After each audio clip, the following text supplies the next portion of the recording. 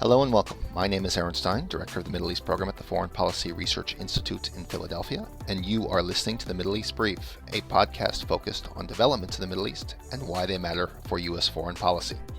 Be sure to subscribe to the Middle East Brief on iTunes and Spotify, and sign up to receive FPRI's Weekly Insights newsletter, where a link to the show will be delivered every 2 weeks straight to your inbox at www.fpri.org. Hello and welcome to the first installment of a new thing we're trying at the Foreign Policy Research Institute, where we are doing a simultaneous broadcast of a video, which we will post to our website, and audio, which will be available for a podcast as a special podcast series attached to the release of an edited volume titled Iraq in Transition, Competing Actors and Complicated Politics. Today, I am talking to the authors of the first chapter, Ben Robin de Cruz, who recently completed his PhD at the University of Edinburgh and is an expert on Iraqi politics, and Renad Mansour, a senior fellow at Chatham House and the director of the Iraq Initiative. Guys, welcome to the show. Thanks for having us on, yeah.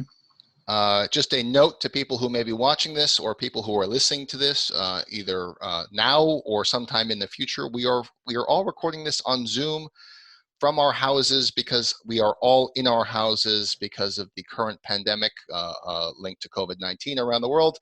So if we look a bit haggard and if we are underground, as I am in my basement office, it's because we are in our house following social distancing guidelines. So with that, I wanted to talk to both of you guys about your chapter. This was, really an informative chapter for me. We talked about, or at least you guys talked about, Iraq's Sadrist movement. The title of the chapter is Making Sense of the Sadrists, Fragmentation and Unstable Politics. And this was a process to bring this through because Iraqi politics are a moving target. They are always complicated.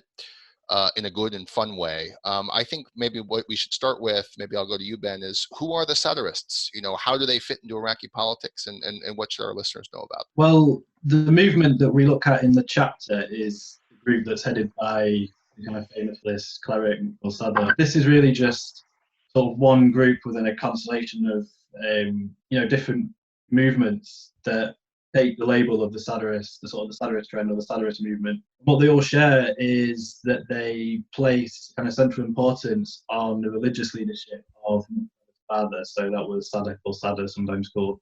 And he really came to prominence in the 1990s when he was leading a religious movement that kind of combined a lot of social activism that was trying to deal with the kind of economic crises that was affecting Iraq in the 1990s, because this was a kind of very uniquely challenging period in Iraq's history following the 1991 Intifada, the economic sanctions, the Gulf War.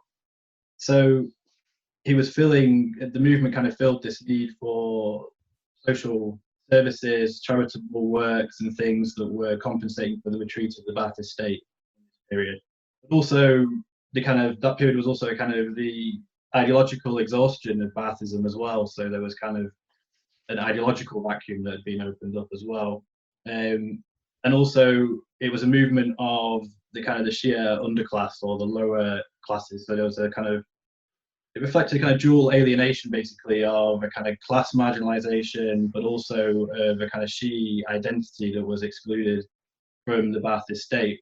So Sadr's movement, it kind of had these more kind of secular, you might say, elements that were dealing with kind of this worldly issues that were faced by Iraqi Shia in the 1990s. But then it was also obviously a movement that was a religious movement at its core, and the religious aspect of it was really struggle for control of the Shia religious establishment in Iraq at the time, which was headed by Ayatollah Ali al-Sistani.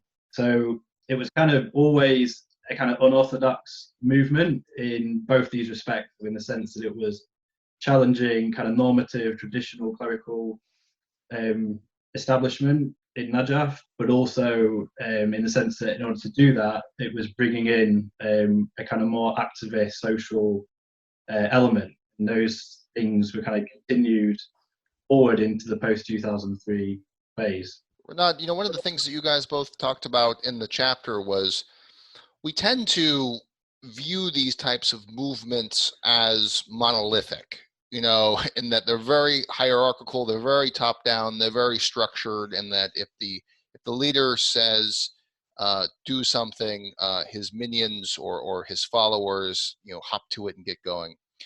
One of the things that you two both discussed was, and it's in the title, is that the group is maybe not as homogeneous as we think it is.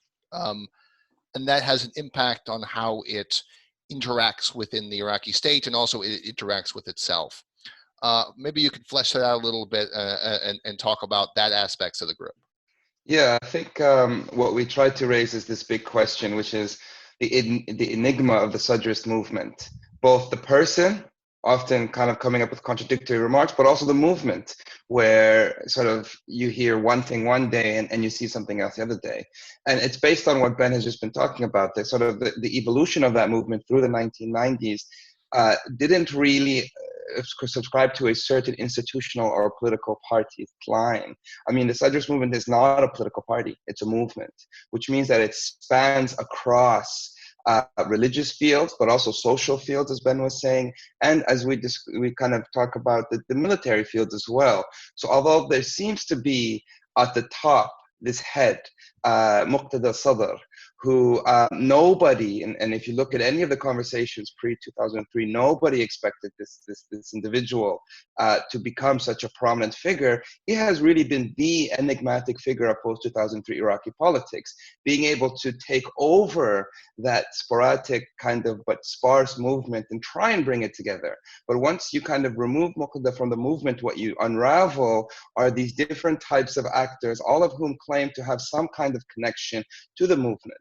So you go and you speak to politicians or you speak to civil society activists, and they'll all claim to be part of the Sadrist movement on the political side. But that's not to say that they're in daily touch with, for example, the military side of the movement or the clerical side of the movement. And so that fragmentation, the glue that brings that fragmentation together is this big idea of what is the Sadrist movement and what it represents based on the teachings, as Ben said, of his father and of course, Sayyid Muhammad Baqir al-Sadr as well. But nonetheless, I think that gap, both vertically and horizontally, if you will, has led to that enigma. And, you know, he has a complicated relationship both with the United States, you know, where I'm from, and where the report was published, but also, you know, how he fits into Iraqi politics. One of the things that you guys both discuss in this chapter, and one of the difficulties of this chapter, you know, when I started a book editing chapters on Iraqi politics, I didn't expect it to change as quickly as it did. Both a lot of things changed with protest movements, with the rise in tensions of the United States and Iran, with Iraq being the sort of central playing field, if you will, including missile strikes, the killing of Qasem Soleimani and Abu Mahdi al-Muhandis. You know, if we step back a little bit, the Sadrists have sort of entrenched themselves in Iraqi politics in a way that I think, Renad, you just mentioned, was not foreseen before 2003. Can you talk a little bit, Ben, about the Sadrist place in Iraqi politics, how they're maneuvering now, given the ongoing protests, or at least dwindled down protests because of the pandemic, and just sort of how they're maneuvering and trying to situate themselves within the Iraqi state and its politics? Yeah, I think it's worth kind of putting it in the whole perspective of the kind of evolution of the movement since 2003, because kind of one of the innovations that came with the sort of post-phase was the mobilization of Jaish al-Mahdi. And so the sort of pre-2003 movement wasn't really, or even at all really, a paramilitary phenomenon, whereas what happened post-2003 was those kind of clerical networks that were built by Sadr's father were repurposed basically for a paramilitary mobilization. But it isn't like the violence isn't necessarily less than sort of inherent to the movement, because there's important factors that explain why the Sadrist movement sort of enacted strategy post-2003. One of the key reasons, of course, is that it was excluded from the Iraqi Governing Council. So some of the kind of secular liberal philosophies that the Sadrist movement started cooperating with were actually instrumental in trying to push for the exclusion of the movement from the kind of emerging political process after 2003.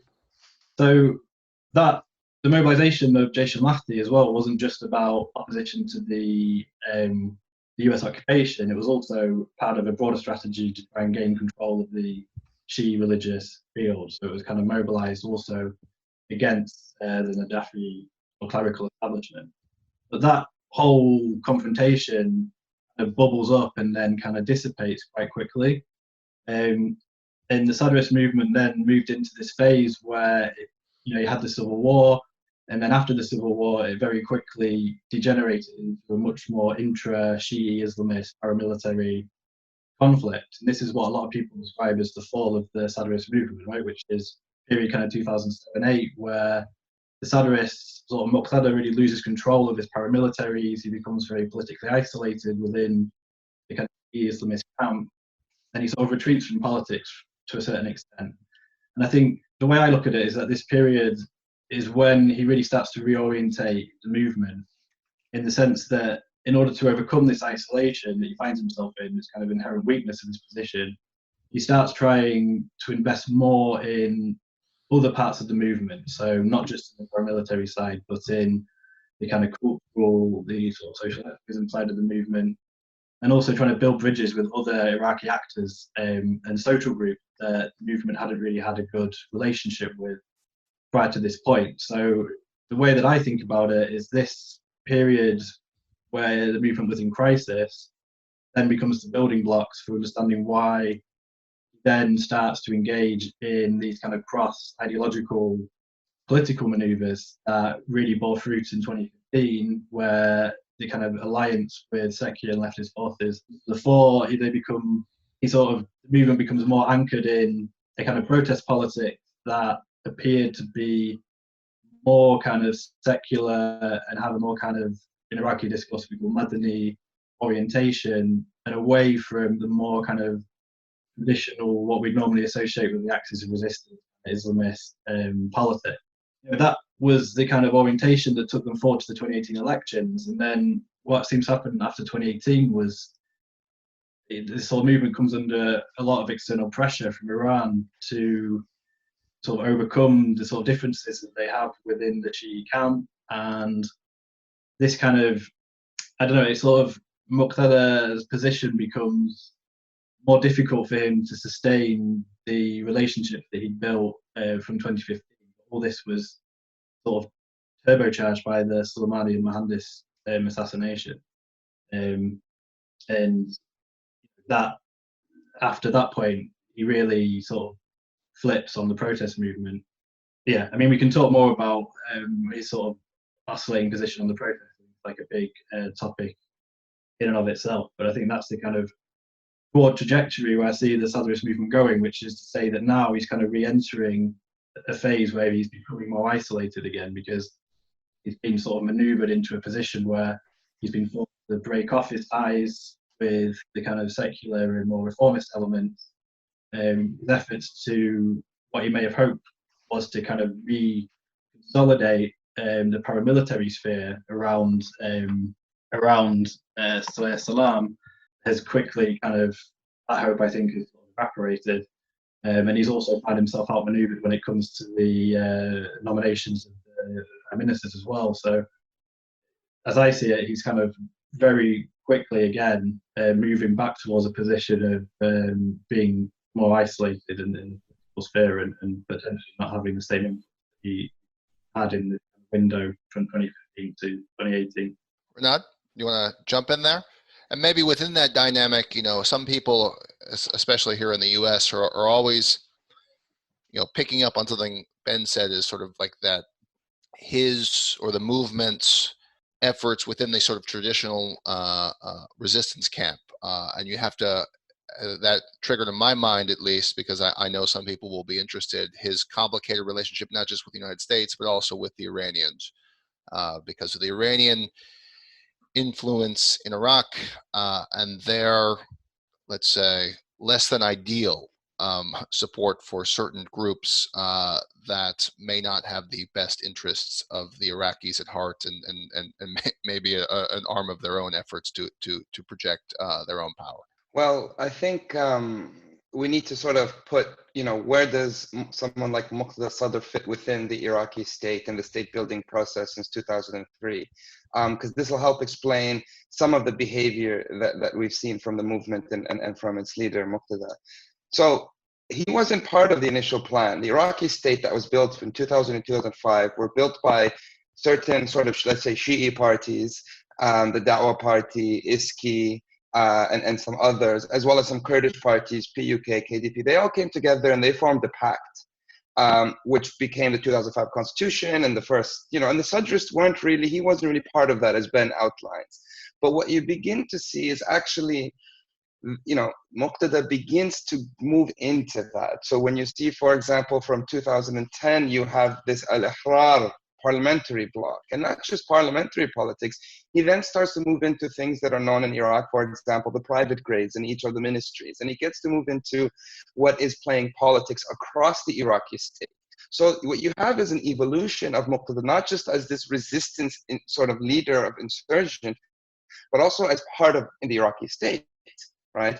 But at the same time, because of, and he's sort of allowed into that pact, as other actors are, which develops over the years. But at the same time, he has a fundamental opposition to some of the founders of that pact, because most of them have come from abroad. Most of them were in exile. They came to the Green Zone and they kind of governed from Baghdad's Green Zone, where Muqtada is a leader who actually, spent most of his life in Iraq throughout the years of Saddam Hussein, which is something that most Iraqi leaders cannot say, those who came after 2003.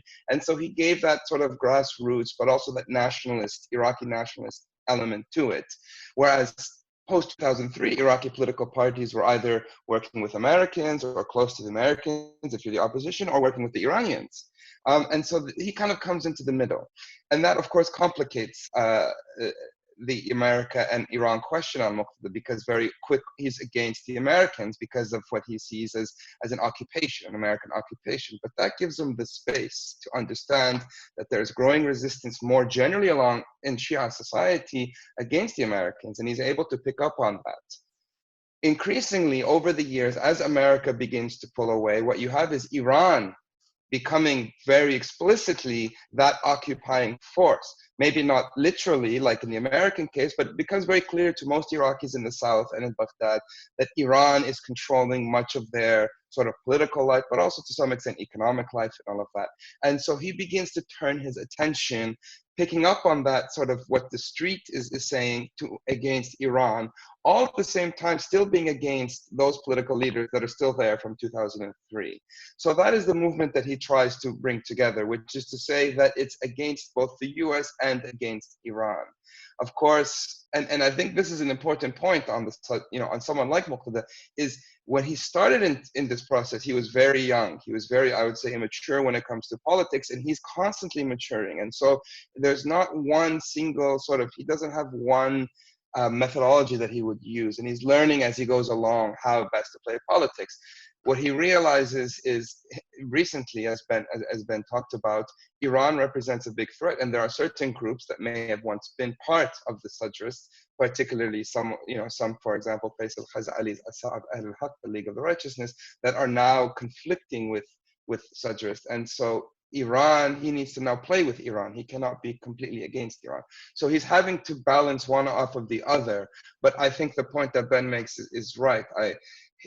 He's perhaps gone across the lines from one to the other a few too many times. He's lost a lot of support from his base for making some of those moves that he did with Iran. And I think at the moment he's in a difficult position when it comes to what his role is in the Iraqi state. Is he in or is he out? And I think that's a question that many people inside Iraqi politics, especially among elite sort of circles, are asking. You can't have the best of both. You can't have members within the Iraqi government, but also want to bring down the Iraqi government at the same time. I think it's possibly worth clarifying as well what the Sadrists themselves would say about the relationship with Iran. Because what they told us, and this was kind of like post the Mohandas Soleimani issue, was that, I mean, it wasn't a particularly coherent message, but what they were saying was that on the one hand, the Soleimani-Mohandas situation had pushed them into a kind of closer embrace with Iran. But at the same time, they were saying that as far as they were concerned, US withdrawal removing the US presence from Iraq was actually a kind of first step towards getting the Iranians out of Iraq as well, because in the way they would present it, the American presence is what justifies the Iranian intervention. So yeah, it's worth clarifying that that's at least that's how they present their position. So. Yeah, I mean, maybe we'll pivot to the last question here, and because it's picking up on something you just said. One of the things in the chapter, and I would really encourage everybody to read it, and for those who are following along, you just click on the link and down below, and you can read the entire thing, the entire chapter in full, where a lot of these ideas are fully fleshed out and really interesting, and a lot of it's supported by in-person interviews, first-person interviews that you two did. One of the things I pushed at the outset was to think not just about sort of diagnosing the issue, so doing all the supporting research that we're talking about now, but was to think about policy recommendations. And I'm going to push you a little bit more, and I didn't prep either one of you for this, but it'll be fun to do it on the spot. The U.S. role is changing. President Trump is consolidating the American presence and has made no secret that he would like to end the U.S. presence in Iraq. I would say there's probably bipartisan support, at least for slimming down the American role in Iraq. And beyond that, with the COVID-19 pandemic, hence why we're doing this electronically, is because some of the training missions that were going on for the ISF, the Iraqi security forces, have been curtailed or slimmed down alongside of that too. So if I were to ask you to look 2 years ahead, I won't even go 5. Let's do 2 years ahead. What do you see as likely scenarios for the Sadrists within Iraqi politics, given potential changes to the U.S. and obviously the ongoing political issues that continue to remain salient in Iraq beyond the pandemic, but obviously that will be influenced by changes that stem from it or that were at least put in motion because of it. So with that, the floor is yours. Maybe Ben, then Renad. Yeah, I mean, it's a very difficult question because it's difficult to predict how the Sadrist movement is going to react, behave even, week to week, month to month, let alone kind of 2 years down the line. I think one thing that I think we will see is that Sadr is going to want to position himself for the kind of post-Sistani phase of Iraqi politics. Going to be like a major new kind of phase, basically. And obviously, Sadr has not had the religious credibility, religious training that would mean that he can take on this kind of a leadership role within the Shia religious field. So even less than his father, right? So he's not been able to rely on the kind of traditional forms of authority to strike a leadership position. But he has been attempting to build up his credibility in that sphere. So I think, especially if his political position becomes more difficult to sustain, I wouldn't be surprised to see him try and sort of remake himself more of a religious figure. Obviously not to replace Sistani, but to strike out or carve out a larger space for himself within the religious domain. I think with the Sadrist movement more broadly, my sense is that what's kind of happened with large parts of the base of the movement is from 2015 especially, they became more anchored in the new kind of protest politics that's going on in Iraq. And this is protest politics that's really focused on the bread and butter issues around services, jobs, and a state that gives ordinary Iraqi citizens a degree of dignity. And I think that whatever happens with Muqtada and his relationship with Iran, I don't think that the broader movement should be written off by Western governments. And I think there's hopes that you can still build influence within the movement if you're via maybe not directly but via intermediaries, and also that the base of the movement or some sections of the base of the movement may still be able to play a kind of positive role in applying the sorts of pressure that the protest movement has been applying to the Iraqi state to actually kind of limit it on the sort of worst abuses, and also to try and generate some sort of momentum towards positive reform. Renad, You want to Yeah. pick up there? Do you want me to answer? Yeah. I think you asked several questions, but I like I'll to make it take. difficult. I'll try and sort of deconstruct it. So what you're asking is, one, how should we understand where the Sadrist movement is moving, and two, what policy recommendations do we have for that? So for the first, to answer the first, I think we need to situate the Sadrist movement within larger sort of what is elite politics in Iraq today, because as I say, they have very much become part of that equation, where they weren't really there in the early days of 2003. And really the biggest issue is state-society relations moving forward in Iraq. What's happened, especially in southern Iraq and the center in Baghdad, is you have an elite that's really less able to represent or respond to the needs of their citizens. And just looking at the way that they're reacting to these protests is different than ever before.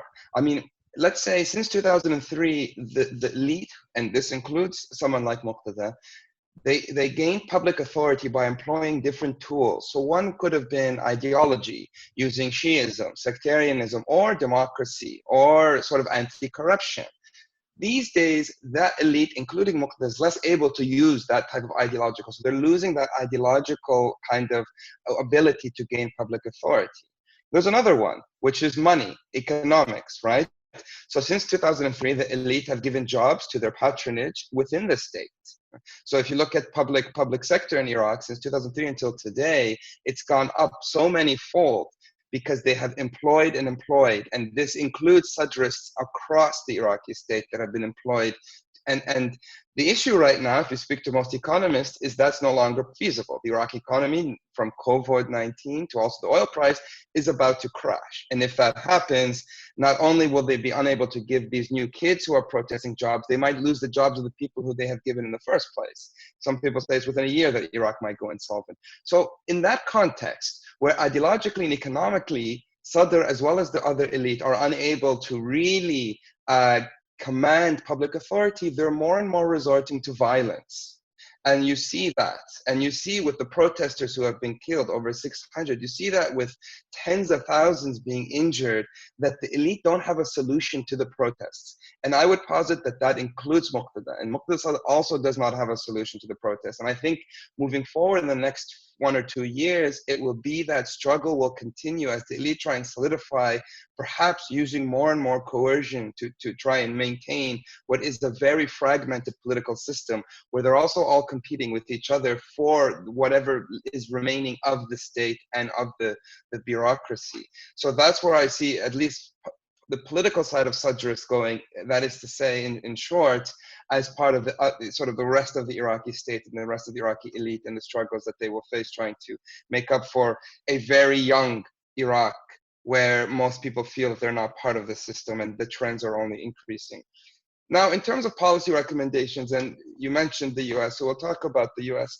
There is this kind of growing momentum I'm sensing in US circles that, especially since the killing of Qasem Soleimani, Abu Mahdi Muhandis, which I think many people in the US would have seen as a success because there hasn't been a retaliation, and because to some extent Iran seems weaker.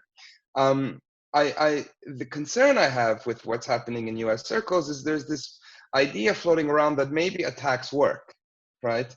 As if, and this shows how short his memory is of certain US policymakers, that type of kinetic response to problems is the way to both weaken Iran, weaken Muqtada, and kind of get your way. And let's have another mission accomplished statement in a few years.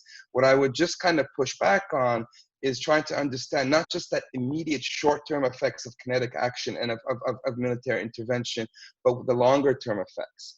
And I would say that Iran was much weaker even before Qasem Soleimani was targeted.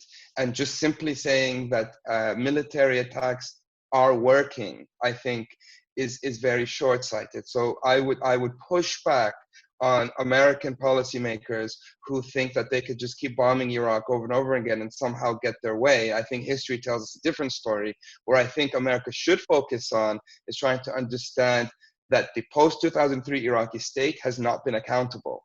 and the institutions have been weakened, because rather than trying to develop those institutions, the state, everyone plays with certain actors. So the US, for example, they have certain friends, some families, some individuals, and they'll just keep funding them and keep sort of dealing with them. That's not how you rebuild states. So what I would push on in terms of the international policymakers is really, let's have a conversation about what are the shortcomings of the Iraqi state and how do you rebuild those institutions in a more accountable way, but not to directly intervene either militarily or politically by playing sort of good sort of with your friends and going against your enemies, because oftentimes, as just the case study of the Sadrists has shown, sometimes your friends and enemies are difficult to kind of tell apart when you're talking in the context of Iraq.